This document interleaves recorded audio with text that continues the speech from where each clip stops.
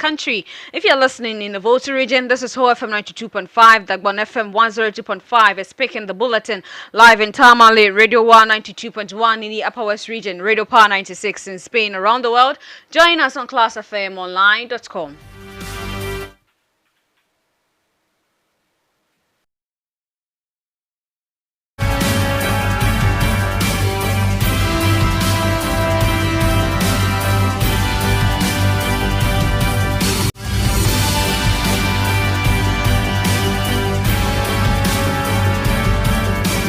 Coming up in this bulletin, Attorney General opposes MPP's Ashanti Regional Chairman Wuntumi's bid to delay judgment in illegal mining trial. The government unveils plans to strengthen members of parliament and metropolitan, municipal and district executive collaboration for faster development.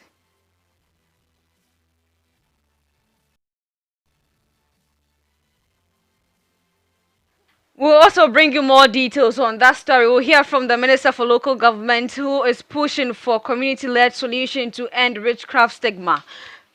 Then the New Patriotic Party also gives disciplinary committee 2 weeks to probe petition brought against Kennedy and Japan. These plus many other stories, including African news, coming your way in the next 30 minutes.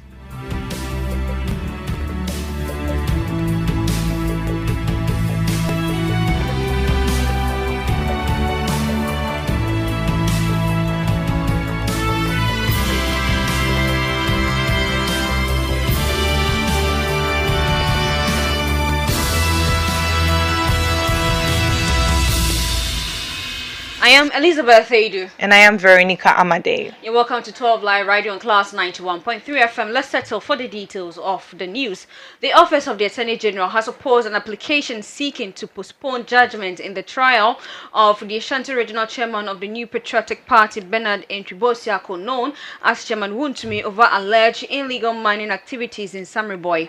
The application was filed by Wuntumi's new lawyer, Samuel Atachia, who recently took over the defense and is seeking more time before judgment is delivered. In an affidavit sworn by Senior State Attorney Nana Ama Prempe, the Attorney General's office argued that the application lacks merit and urged the court to proceed with judgment as scheduled. According to the prosecution, Chairman Wuntumi was legally represented throughout the trial and voluntarily withdrew of his former lawyer and does not provide significant grounds to delay the proceedings. Theophilus Jumega is a private legal practitioner and he joins us on the line to give us more details on the story. Good afternoon, Counsel. Good afternoon. How are you doing? I'm fine, thank you. So the Attorney General's position wants to find out if it's justified in opposing the application to postpone judgment in the case of Wuntumi. Hello? Please, I was asking if Attorney General's position is justified in opposing the application by the new lawyer for Chairman Wuntumi. Good afternoon to your listeners. I hope you can hear me clearly. I was struggling to hear you, but let me try. Yes, in opposing any application, everybody has a right to oppose or to just oblige the party on the other side the right. Now, if you listen to the judge the last time that the lawyer Adia Piakubi said he was withdrawing, the judge indicated that filing of written submission is optional. It's not mandatory. Now, if you're a lawyer in that circumstance, you must know that it means that the filing of the written address will have very little on the judge. Secondly, as at the time, if you are a lawyer and you are withdrawing from the case, it is presumed that you have the proceedings, the case docket. And professionally and ethically, it is good that you hand over that to the incoming lawyer.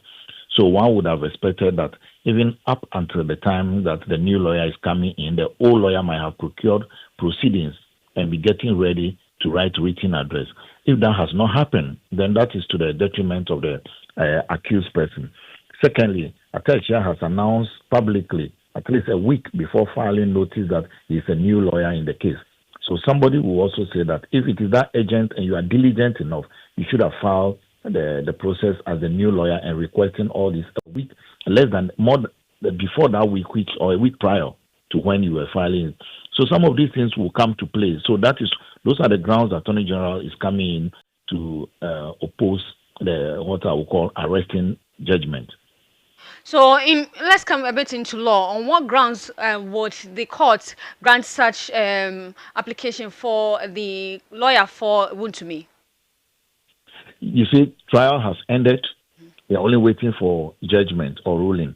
Now, the situation here is that if there had been any material fact which, upon due diligence and due search, etc., was not known to the accused person as at the time the trial was going, then that could have formed basis for arresting the judgment. But if there is none, just to say that I am a new lawyer in the case and I'll need time, it's likely to be refused. Reason being that you could procure proceedings urgently. Now, if you procure the proceedings, what are you going to do? Are you going to recall witnesses? And that also has its own problems of recalling witnesses, how you have to go about recalling witnesses. Are you going to ask for new evidence which you have just found? If there is one that they've just found, they would have deposed to it in the affidavit, but they've not said anything like that. So it's a tall mountain to be climbed. But as I said somewhere yesterday, if I were the judge, because of the high stakes involved, as they stated in the affidavit, I will grant this and allow them to come back and give the ruling. But I'm not the judge, so I don't know what the judge's position will be. Will there be any kind of legal implication against the accused if the court decide to proceed without listening to them? Again, you are breaking. The last word I heard is against the accused. So I was asking, would there be any implication on the accused if the court decide to proceed with the scheduled date? There's nothing. There's nothing against you. All that you are going to say is that you didn't have the opportunity to file your written submission, and you can go and challenge that later. So that is, you see, we are talking about somebody's liberty. That is why in this type of situation, the court must be liberal towards the person whose liberty is at stake. That will be what I will urge upon the court. So I would have expected that if lawyer Tachia goes to court, he will urge on the court to look at the liberty, because his liberty can be changed tomorrow morning or on the 3rd of July, when the case will come out for ruling. So I believe that is what he should urge on the court, to say, because of the liberty. The court might grant it, but might grant it with limited time, to say, come back to me within 2 weeks with everything. And that could be it. But I don't see what is going to sway the judge. Because if you look at it, the judge wants to do away with this case. If the case is completed early, it's good for the accused, it's good for the prosecution. If you are free, you move on quickly. If you are not free, then you know that something else. If you are free, if the case keeps going on, it hangs over your head. You don't know where you are. So I think the judge has adopted the position of let's deal with the case and move on. All right, thank you so much. That's private legal practitioner Theophilus Demega. Now, moving on to some other stories. Electricity and water tariffs are once again at the center of public debate following the latest adjustment announced by the Public Utilities Regulatory Commission. While the regulator says the review reflects current economic indicators, the decision is already generating concern from sections of business community. There's more in the following report. There is growing pushback from business associations following the approval of new electricity and water tariff increases by the Public Utilities Regulatory Commission (PURC), with calls for the decision to be suspended ahead of implementation. The PURC has approved a 3.49% increase in electricity tariffs and a 0.85% rise in water tariffs, scheduled to take effect on July 1 as part of its latest quarterly tariff review. However, the decision has sparked strong oppositions from major business groups, including the Ghana Union of Traders Association (GUTA) and the Food and Beverages Association of Ghana (FABA), who argued that the adjustments are not supported by the current economic condition. In a statement, GUTA described the tariff increases as unjustified, questioning the economic indicators used by the regulator in arriving at the new rates. The association argues that factors such as exchange rate movements, inflation trends, fuel prices, and the energy mix cited by the PURC do not provide sufficient ground for the upward adjustments. GUTA further pointed out that the cedi's depreciation of about 4.18% between April and May remains relatively minimal, while inflation has only increased marginally from 3.4% to 3.7% over the same period. The association also maintains that the power sector is not facing significant operational challenges, insisting that existing generations and distribution infrastructure remain stable and efficient. It is therefore calling for an immediate suspension of the new tariffs and a review of the decision before they take effect. FABAC has also joined in opposing the increases, warning that the new tariffs will worsen the cost of doing business in Ghana. The association says the adjustments will inevitably be passed on to consumers, potentially leading to higher prices of food and beverages across the country. According to FABAC, the timing of the increases is particularly concerning, given the current economic pressures facing businesses, and could serve as a disincentive to trade and investment if not reviewed. But if you look at the tendencies that we see today, the cedi has depreciated by only 0.2%, yes, at the time of doing those consultations and considering the price tag. Two, if you look at the cost of crude oil in the international market today, we are less than $70, and it's going to come down to about $52 by the time we reach July 1st. So if you look at the prices that are coming down, there's no need for them to go up, because when it got to over $90, the price was still stable.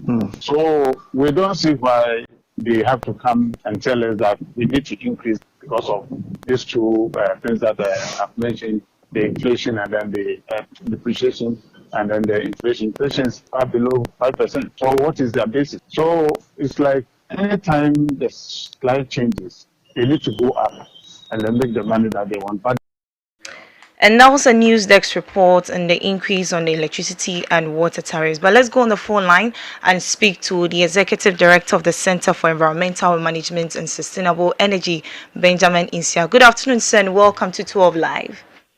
Good afternoon, Veronica. Please kindly speak up. What do you make of the new tariffs by the PURC? I think that PRC needs to do a lot of disclosure. They must be very transparent, because the third quarter tariff is raising a lot of concerns based on the data they themselves published in the announcement paper. And until further and detailed weighting scheme or standards are provided, I think that they are likely going to create mistrust in the minds of most end users. And as a matter of urgency, they need to address that. So what are these mistrust issues? So I think that in your DEX report, some figures were mentioned. One is that we realized that inflation had improved by about 17%. We realized that the weighted average cost of gas, which is the cost of fuel, the cost of natural gas, has also improved by 1.58%. So when these two critical variables have improved, then there's no justification for tariff adjustment.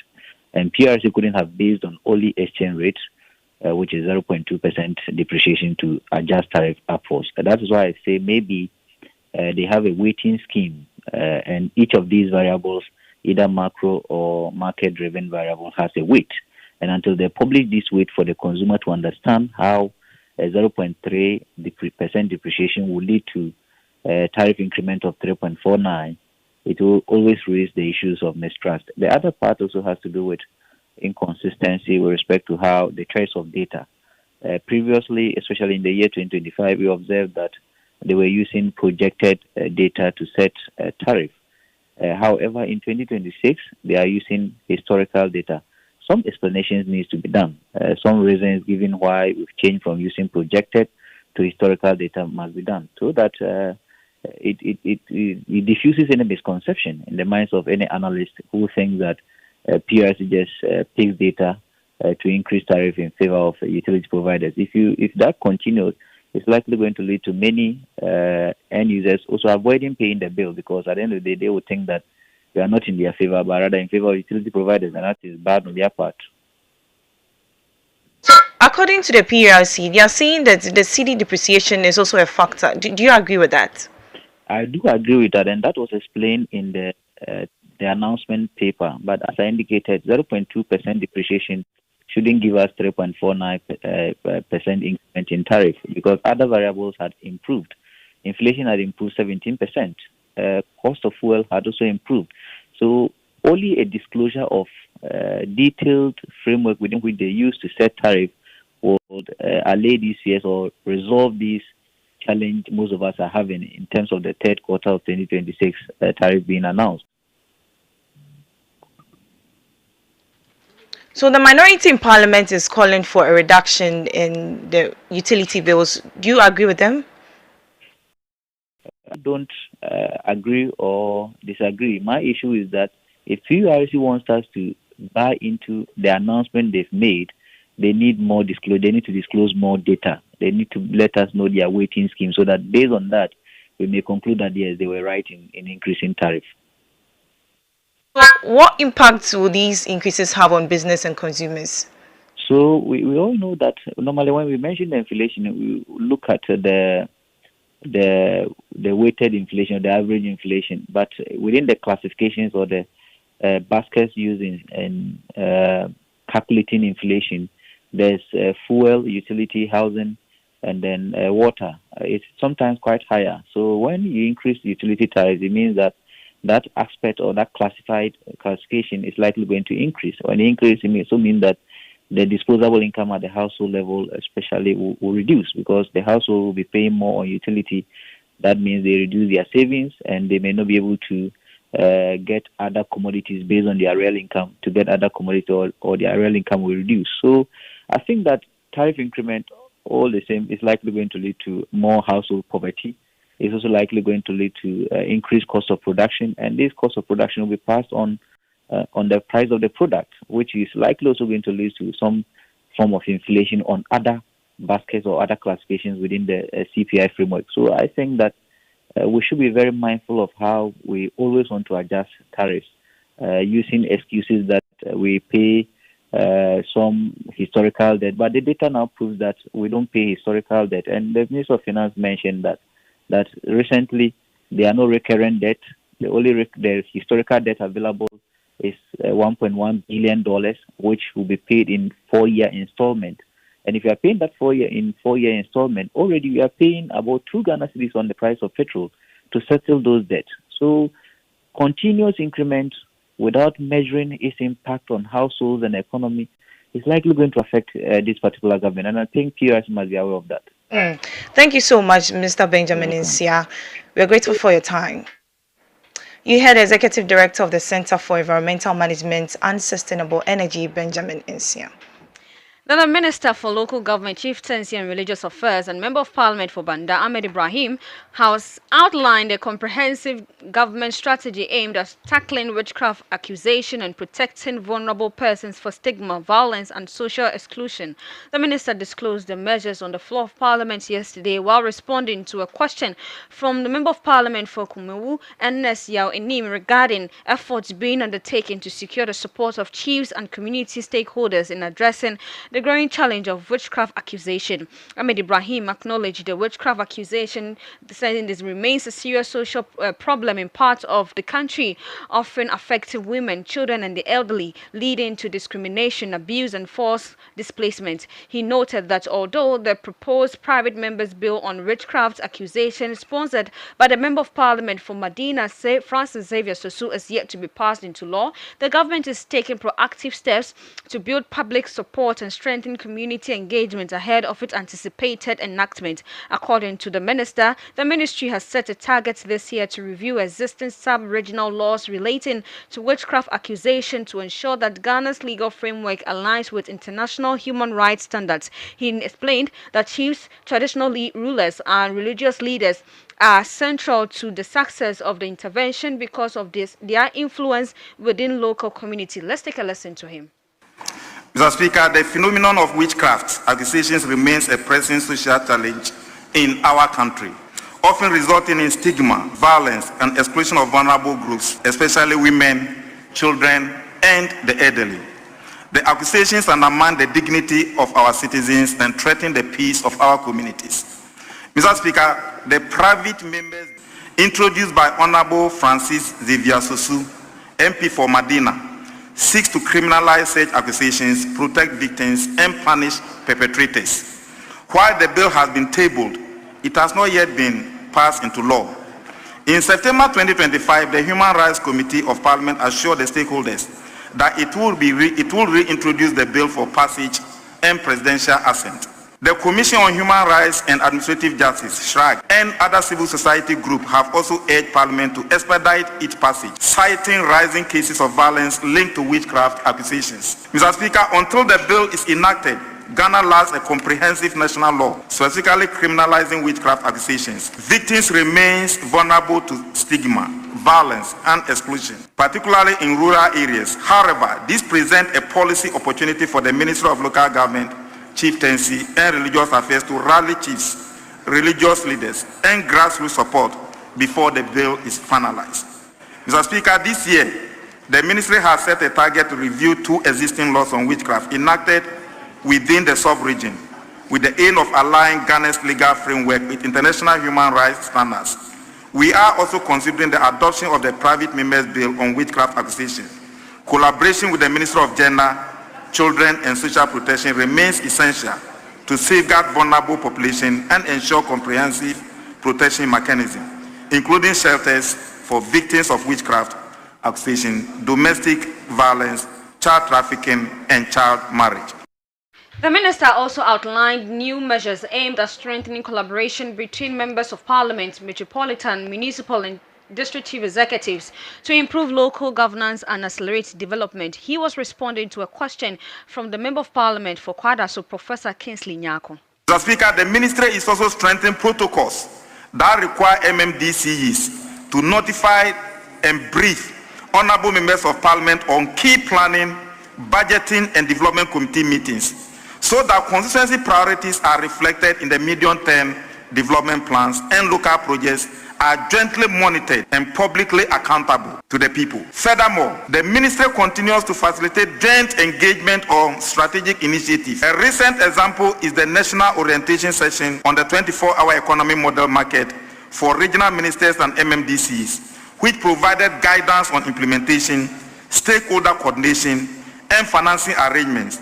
As a rollout continues, MMDAs are encouraged to brief and involve honorable members in local consultations and collaborate with them to support that all these interventions are carried on successfully.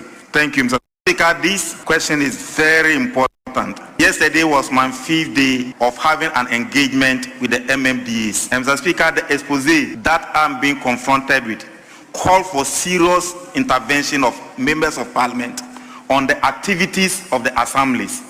And Mr. Speaker, I have said it publicly and in the engagement that I will engage the District Assembly Common Fund Administrator to make sure that all monies that are transferred to the Assembly, the members of Parliament must be copied, including the Persons with Disability Fund, the DACF RFG, and the MP's Common Fund.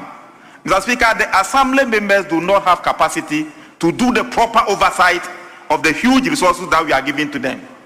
And the technocrats at the assemblies are just bullying the assembly members without giving them proper documentation.